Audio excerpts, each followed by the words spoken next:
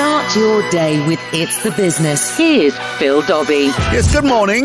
It's the 11th of February 2021, yet another day in lockdown with the added bonus of particularly cold weather, and things are looking pretty glum for Britain's small businesses as well. But we'll try and find a way through with Craig Beaumont from the Federation of Small Businesses. You know, should I start tapping into these other markets? Should I create a new product? Is there a new service I could offer?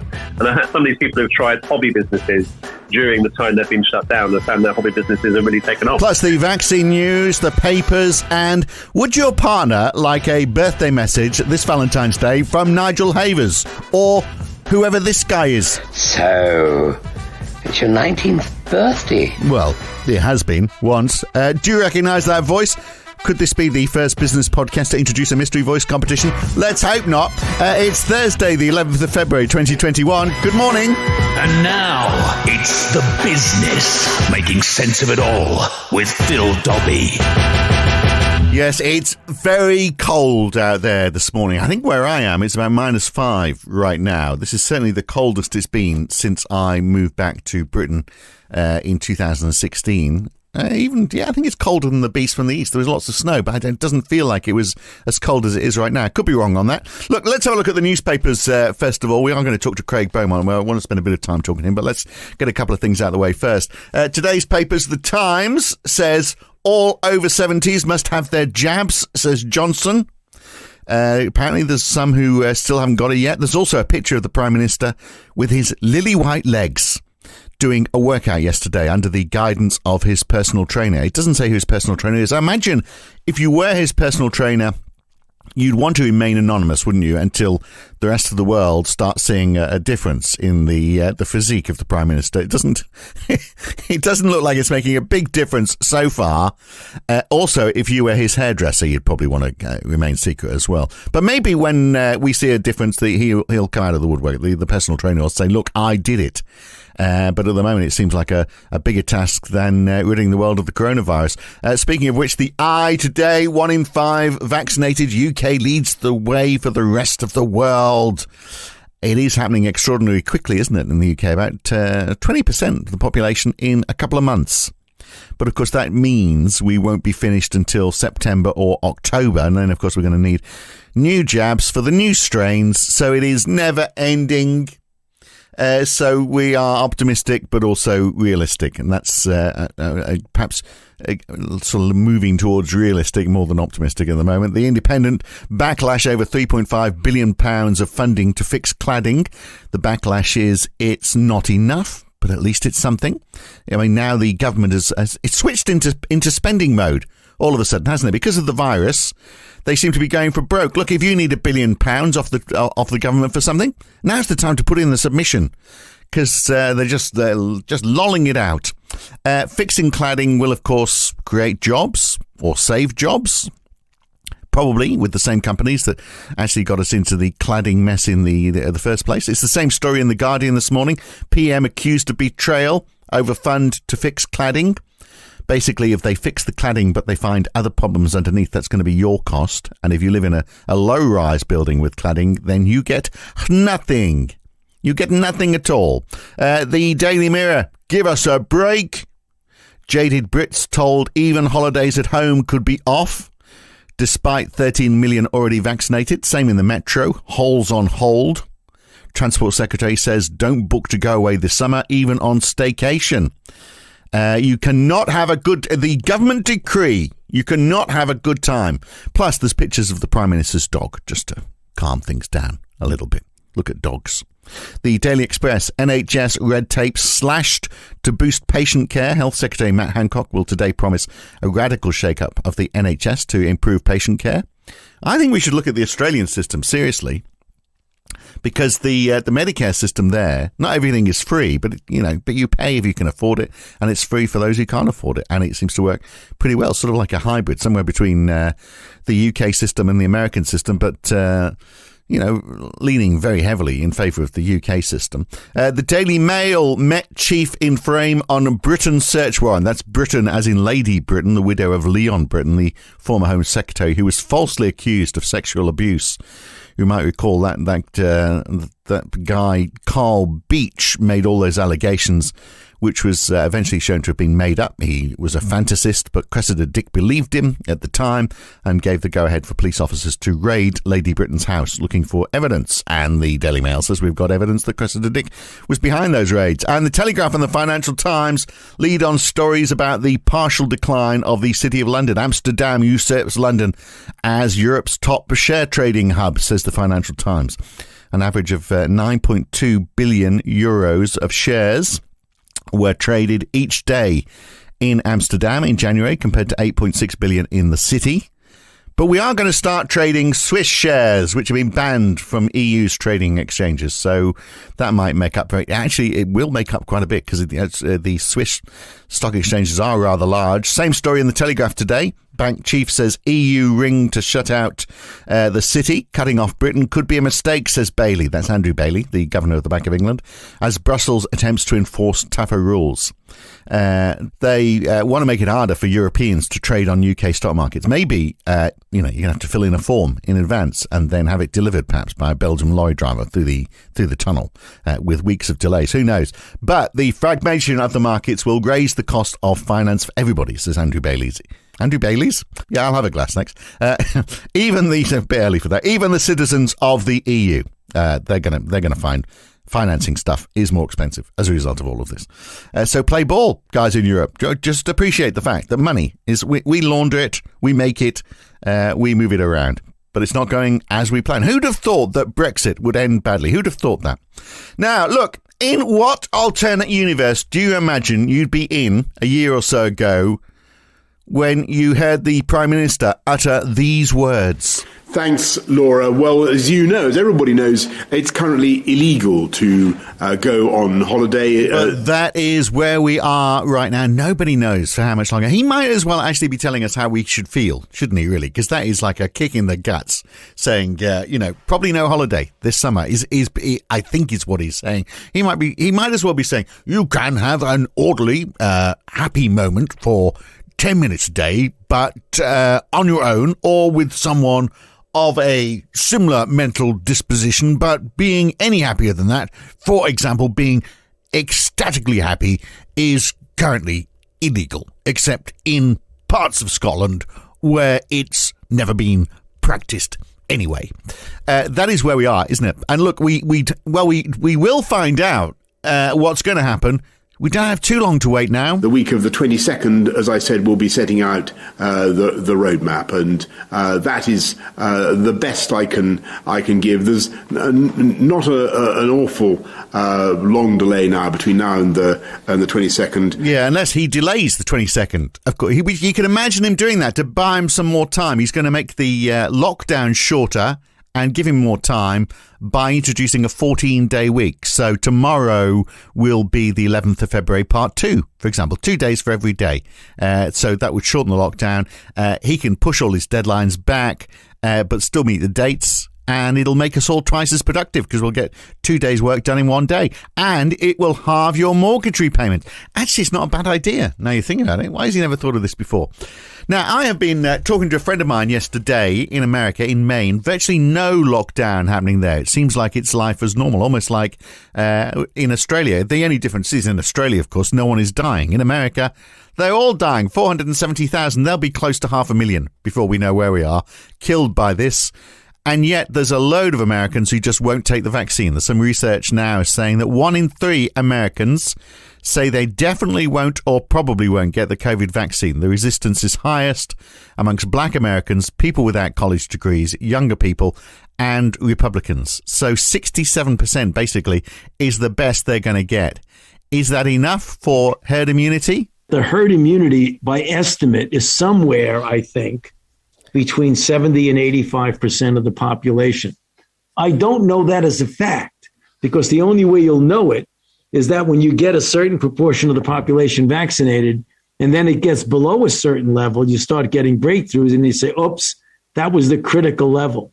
So it really is an estimate. And my estimate is, and I think it's a reasonable estimate, is somewhere between 70 and 85%. 70 or 85%. That's a high number, isn't it? I wonder if we'll make it anywhere near that. That was Dr. Fauci, of course, in the United States.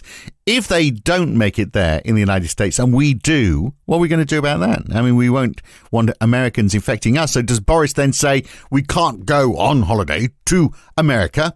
And how does the American economy recover if the virus is hanging on in there? This is a very worrying number, isn't it, for the United States, I suggest. By the way, all the COVID in the world, I'm not sure what this is. None of this has got anything to do with business. We'll get back on plan in just a second. All the COVID in the world can fit in a Coke can. That's according to maths expert Kit Yates at Bath University. He's published his data in the Conversation website. Basically, COVID-19 has a diameter of 100 nanometers. That's 1/1000th of a meter.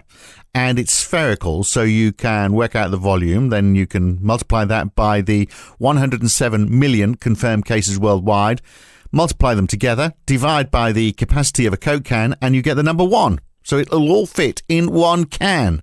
So we're nearly there. We just need to get them all together now in the one place and figure out how to put them in the can and then seal the can at the top. And then we have got this thing licked.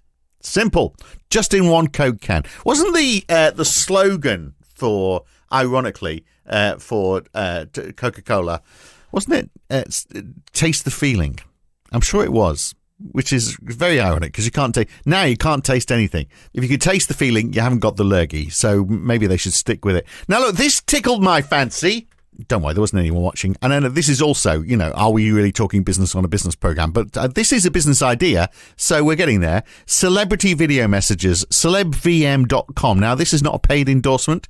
I just saw it and thought it was a bit amusing. Basically, you can get someone to record a message for someone you love. Like, it's Valentine's Day. Next week. So unless Boris has cancelled it, of course, he hasn't done that yet. Maybe he'll leave that till the day before. But you could have Nigel Havers, for example, send a video message to someone you love. Hello, it's me, Nigel Havers, on Celeb VM, and I'm here to wish anyone out there a happy birthday or happy Christmas or any message you want. And I'll say whatever you'd like me to say, within reason. So, here I am, at your service, anytime you want. Yeah. Get in touch. 35 quid to get Nigel Havers to say whatever you want him to say. I would like him to read War and Peace, actually. But I suspect they'll probably put a word limit on it. What do you think? But 35 quid, I think that sounds like a good deal for Nigel Havers. He's got a bit of a reputation as a good actor. And he's going to say whatever you want him to say. On that basis, Christopher Biggins is a bit overpriced. He's 30 quid. If Nigel Havers is 35 quid, Christopher Biggins is 6? 7 at a push. They've got Basil Brush on there, 45 quid. Oh, spare me. What I don't get, though, is how much they're charging for this guy. Happy birthday to you, Nick. Happy birthday to you. Happy birthday, dear Nick. Happy birthday to you. So, it's your 19th birthday. Congratulations. I wish you all the fun on your birthday day. And for many days after. Bye-bye. That is Sylvester McCoy. I mean, he was Doctor Who when it was still black and white, I think. And he might have been in The Hobbit as well. But he wants £78 for that. He didn't even sound like he was expending a great deal of effort, did it? So how can he be 78? That is double the price of Nigel Havers. I don't get that at all.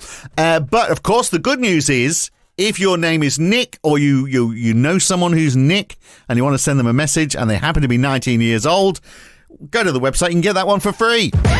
It's The Business with Phil Dobbie. Now, there's a piece in the Telegraph today about the 5 taxes that Rishi Sunak might introduce, or some of them anyway, in the budget next month. I don't think he's going to do too much, as we were saying yesterday.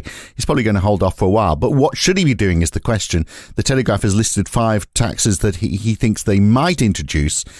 I think there's a bigger question about tax reform here. Look, we've got a whole load of cards that have been thrown in the air and they're all going to land somewhere, and we don't really want to pick them up and put them back exactly where they were. This is an opportunity for reform in so many areas, including taxation.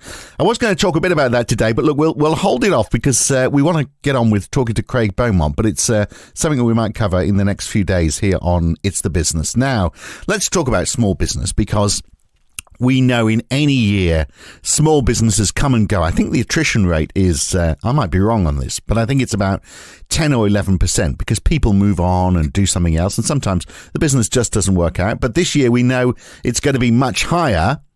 And not from people's choosing. I mean, a lot more businesses won't work out because they've just run out of customers and run out of cash. We're told by people like Andrew Bailey at the Bank of England that in the second half of this year, the economy will come bouncing back. Shops are going to reopen. Lots of people have got savings. And we spoke to Callum Pickering yesterday, who said that the British are quick to jump at the chance to go shopping when they've been through a downturn. And, you know, I think he's probably right on. The highlight for me this week is going to buy bread because, well, you know, it's a day out, isn't it? It's the closest we can get, given that we are not allowed to have holidays anymore. So how bad is it for small business? Is the government doing enough? How are businesses coping? And how will they come out the other side? There's a bunch of questions right there for Craig Beaumont from the Federation of Small Business, a body which represents, funnily enough, small business and medium business. So do we know, I guess it would be difficult, hard to tell, but do we know how many small businesses have already shut up shop? Because, of course, you know, a lot of smaller businesses will remain, even if they've got no revenue. If they are being financed by the owner, they might stay a little bit longer, and if they've got no massive outgoings. So are there any figures to tell us, or is it going to take a while to get the true picture? Well, we do, because we have a kind of quarterly survey, so we can check on how small businesses are feeling about their futures. And our latest one shows that they expect themselves, 250,000 roughly small business owners plan to probably shut for good at some point this year. They cannot see themselves lasting. So I think if you think about how the year has gone through the first wave, hoping for a bit of positivity in the summer, you know, the Eat Out to Help Out month, which was really positive in terms of, you know, getting the economy moving again, into a second wave. The dynamic then was, okay, so things are getting bad again. I'm sure it'll be okay by Christmas. And how do I survive until Christmas and potentially have a recovery before Christmas? Because for many businesses, December is the peak month of the year, you know, leading into festive season. And of course, that was then gone. And now we're looking at Easter. So the problem really is lots of small businesses, you're right, have kind of reduced their costs, have kind of tried to maintain some income. But many don't think they're going to be able to keep going much longer. A lot of them have tried to mothball themselves. So, I mean, the very last thing a small business owner will do will be to fire his or her staff. That's the very last thing. But we know there has been, I think it's 23% of small businesses have had to let staff go this year. So, and I think that's going to accelerate. That will accelerate. There's no way to avoid that. The one bit of positivity, which is so key, though, is this vaccine. So the ability to see an end point, even if you're not quite sure when it will happen, has provided a real boost of hope to small businesses. So even if you've mothballed your operation, you've furloughed your staff, you know, you've got your business rates relief, maybe you're getting, if you're self-employed, maybe you're getting a bit of the self-employed grant, although of course only, I guess, about 2.7 million people and 1.8 are missed out. So, you know, you've done everything you can. Just whether you can keep going to when the cases and hospitalizations and deaths come down and the economy can start to potentially unlock at Easter time. Yeah, so long as people have got the confidence to go out and mix with other people, which is, I guess that's the big question mark, isn't it? You're able to, but will you, I guess? But we that is right. Yeah. We just have to hope. Sorry, I was going to say the difference between kind of consumer confidence and that really hits B2C businesses facing businesses on the high street, businesses in our local communities. But the B2B market is also very interesting. So a lot of the help has been to retail, hospitality and leisure businesses, and that's kind of those three sectors. But the businesses that supply them haven't got any of that same help. So you've actually got kind of, it's quite a complicated picture, but you've got disruption in different ways across different parts of the economy. And, you know, the vast majority of small businesses are now deeply affected. So we could find that, the supply could be a problem then, that those B2C businesses are able to open up again. They've got customers, but they might have difficulty because they've not got the same suppliers anymore. That's right. I mean, we've got loads of examples of these. We've got, you know, a business that supplies, you know, that supplies seafood to a large number of London restaurants. I mean, that supplier lost all her trade, but it has no access to the same support, and it looks as though they may go under. We've got loads of examples of people who have now started to do that last stage of things, of firing their staff, which is the absolute last thing they want to do, but they've got no option. And of course, if the business doesn't exist, you can't furlough people and get them back. The business just isn't there anymore. And that for us is the real risk. So that's a big gap in this. I mean, because the whole approach obviously was, let's build a bridge so that businesses can move over it, keep the staff, and then open up again. And what you're saying is, well, no, in the B2B space, that bridge just isn't there. So does the government realise that? Can we expect perhaps, I mean, it might be a bit late in a few weeks' time, but when Rishi Sunak gives his next budget, could he be announcing more to help small businesses, particularly the B2B sector? I think so. We've put in quite a few asks, but on the on the bridge, I think it's been a narrower bridge. Is probably the way to kind of explain it than expected. The government started off with whatever it takes, and the lines quickly changed to the one which we're not terribly fond of, which is not every business would have got the help that they would have wanted. But that is much bigger than that. There's a lot of people who've not got the support, and we're kind of championing those. There's a few elements the government could announce at the budget on the 3rd of March. They could extend furlough, they could extend the self-employment scheme, and very slightly expand the self-employment scheme to include, we've given options in for the different pockets of those excluded. So then there is now a route to help for these people if the government chooses to go for it. I suspect on the supply. Sorry, just get to your question. Sorry, it was about the supply chain. The government have listened to us in the supply chain, and their discretionary grants they produced were supposed to be the answer to that. But we've actually found on the ground that local authorities have really struggled to get those out. They're a bit worried about the amount because they've got total control, and that hasn't worked. So our pitch to the government is, on the 3rd of March, that your policy intention was right, but the delivery hasn't worked. No. So what can you do now? And we've given them a kind of a revenue test. So if you've got less business this March compared to last March, then you should qualify for some support. That's our model. Right. It's fairly straightforward, isn't it, really? And easily proven through the tax office. But I guess the government was going to say, look, the catch-all is you can always take out a loan. We've got the coronavirus business interruption loan scheme, which, 12 months interest-free, which actually isn't very long, is it really? And you can borrow up to $500,000. That got off to a bad start, didn't it? Because banks weren't too keen to be lending it out because they didn't want any liability behind all of this. But I think that's been corrected. But just on if you're a business owner, the idea that you've suffered for a year, possibly 2 years, and you're going to pick up with a heap of debt, I mean, a lot of them are just going to say, well, I can't be bothered with that. I am going to shut up shop because there's no way I'm going to ever be able to pay that money back. There is this real tension, actually, and people are saying, I don't want debt. I just want help. Because I can't predict what my business will be like in 6 months' time or a year's time. So how can I take out debt, not being able to know I'll be able to pay it back? That said, the government then changed their debt program to include bounce back loans, which are really good. Almost perfect, I'd say. £50,000. You don't pay anything at all for 12 months. And they've just expanded the terms of those loans. So now it'll be a 10-year repayment program.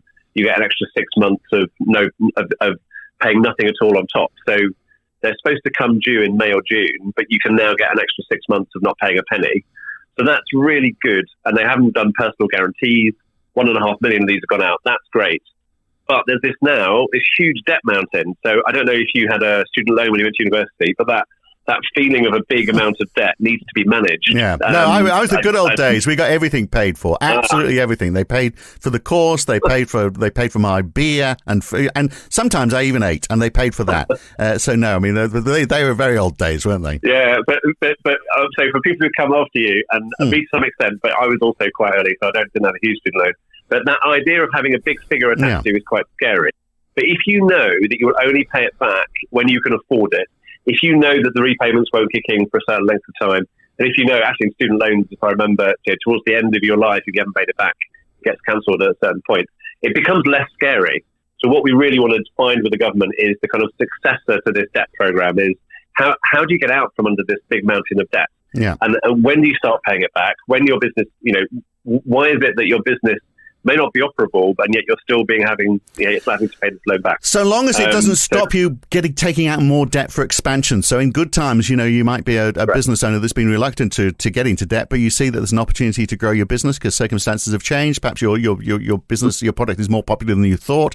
So you think, I need to scale up. I mean, it would be awful if businesses were prevented from doing that because of the debt they've incurred through this crisis. Yeah, we're keeping very close tabs on anyone who's saying they're being turned down for commercial lending. What is interesting, though, from small businesses is, you remember from the last crash, the real problem was small businesses not being able to access finance. Yeah. And basically banks saying, actually, you're too risky, so I'm going to put the threshold higher. You need to provide a lot more in terms of, outlay at the start. You've got to pay a higher interest rate, etc. And that then dried up commercial lending, and that sparked all sorts of problems.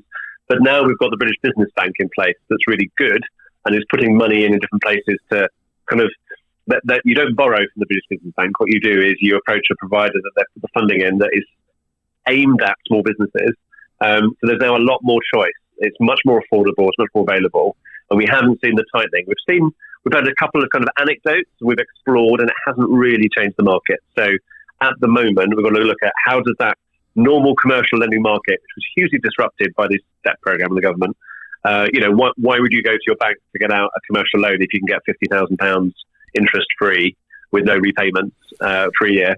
So, the commercial lending market was severely disrupted and now needs to come back to enable people to borrow money, to invest, to innovate, to adapt their business and to do good things that you would normally want them to do, which has been effectively suspended for a year. Well, that leads nicely on to my last question for you then, because I was wondering how much adaptation we are seeing. I mean, are businesses just by and large thinking we've just got to get through this and we come out the other side exactly the same, or do they accept the fact that the world is going to be different? And in some ways, actually might be quite good for them. So we've got all these, in the retail space, all these high street chains disappearing, which is a shame for all those people working in those businesses, for example, with the collapse of the Arcadia Group. But it could, perhaps the blessing behind all of this could be that local businesses step in. Maybe it's wishful thinking that we have a high street that isn't filled with high street chains, but local people doing their own thing.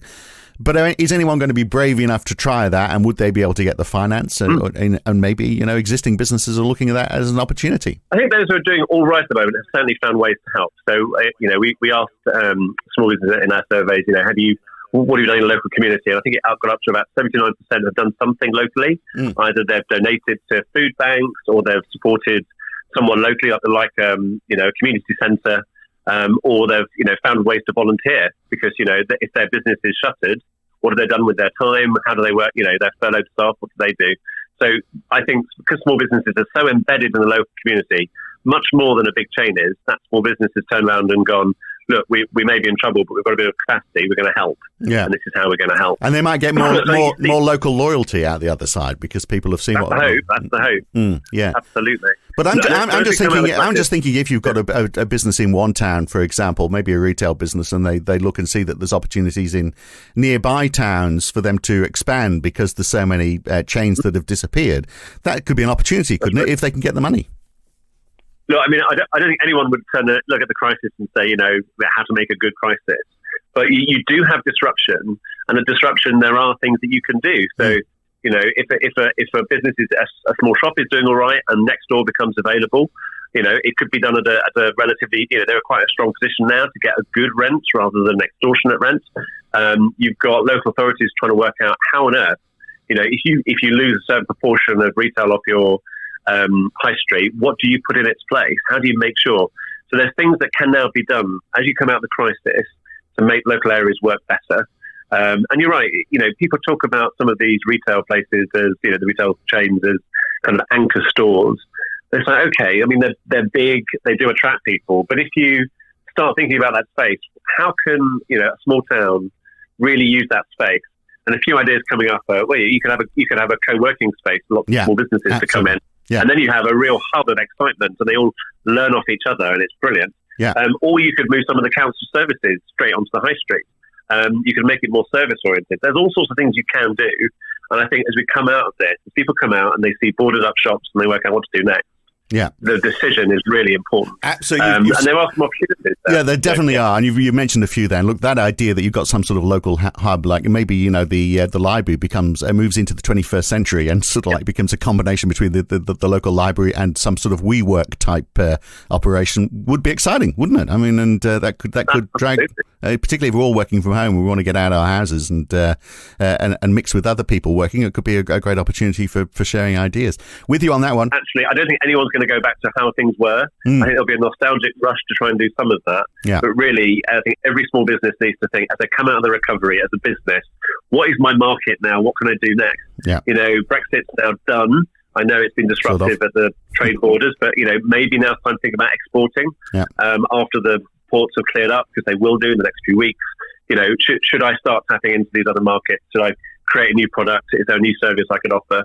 And some of these people have tried hobby businesses during the time they've been shut down and found their hobby businesses have really taken off. Yeah, exactly. So, I think there is some positive change coming out of this awful crisis. Yeah, okay, well, I think we should leave it there because that is a positive note to end on. I mean, when we started, it was all doom and gloom, wasn't it, at the start? So thank you, Craig Beaumont from the Federation for Small Business. That's it for It's the Business. You want to look at things that have come out of a major recession, that have come out of this pandemic. Well, It's the Business started in the midst of it all, and who knows, we might go on to something great, or maybe we just wither on the vine. It's too early to tell. It's only the second week, but it will be back again, and I will be back again tomorrow morning for another one. Thanks for listening this morning. Enjoy your Thursday. See you tomorrow. It's the Business with Phil Dobbie. Listen online at itsthe.business or wherever good podcasts are found.